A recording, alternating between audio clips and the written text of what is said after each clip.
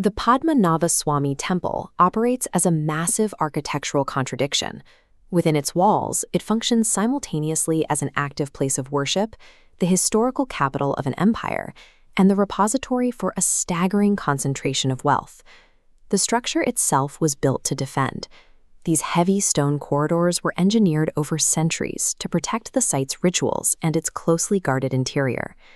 Within the shadows of the sanctum, the Lord Padmanabhaswamy resides in the state of yoga nidra, yogic sleep.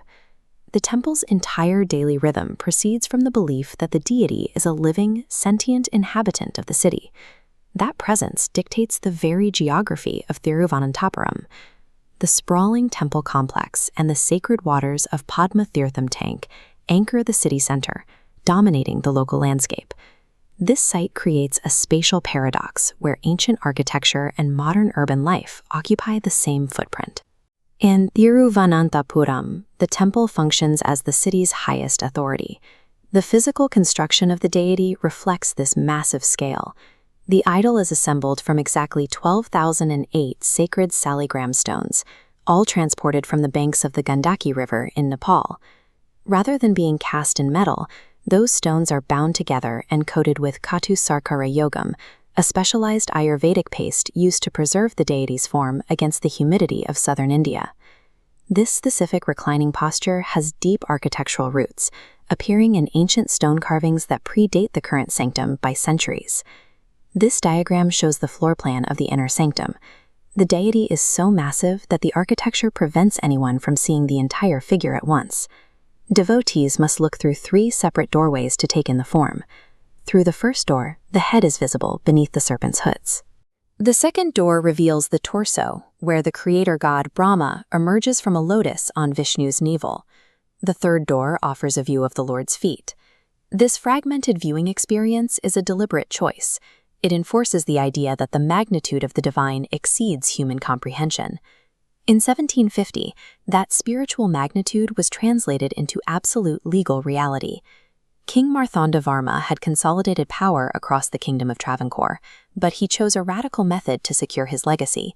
He performed the Tripadidhanam, an act of absolute surrender where he gave his entire kingdom to Lord Padmanabhaswamy. Every subsequent ruler of Travancore took the title Padmanabhadasa, the servant of the deity. This act transformed the kingdom's gold into the personal treasury of the deity. Under this legal framework, the Lord himself owns the wealth. The royal family serves as his administrative agents. The bulk of that treasury rests deep underground.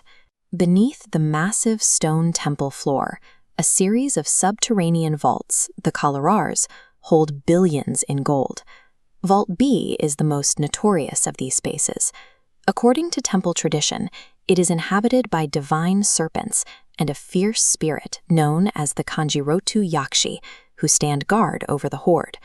For centuries, Vault B has remained perfectly sealed. Its protection relies on a deeply ingrained layer of psychological and mythological dread that has successfully deterred anyone from forcing the doors.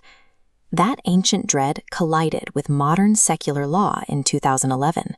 The Supreme Court of India ordered an inventory of the temple's assets, mandating that the ancient vaults be opened and catalogued. This caused immediate friction.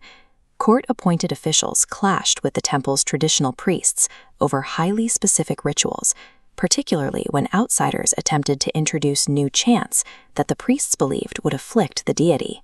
After the inventory revealed the scale of the gold, the state deployed heavily armed security units to patrol the perimeter of the ancient spiritual site.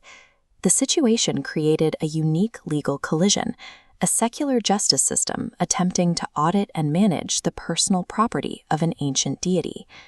While the world's media focused on the gold, the temple's daily operations remained fixed on the inner sanctum. Every morning, long before the gates open, the priests carefully awaken the Lord.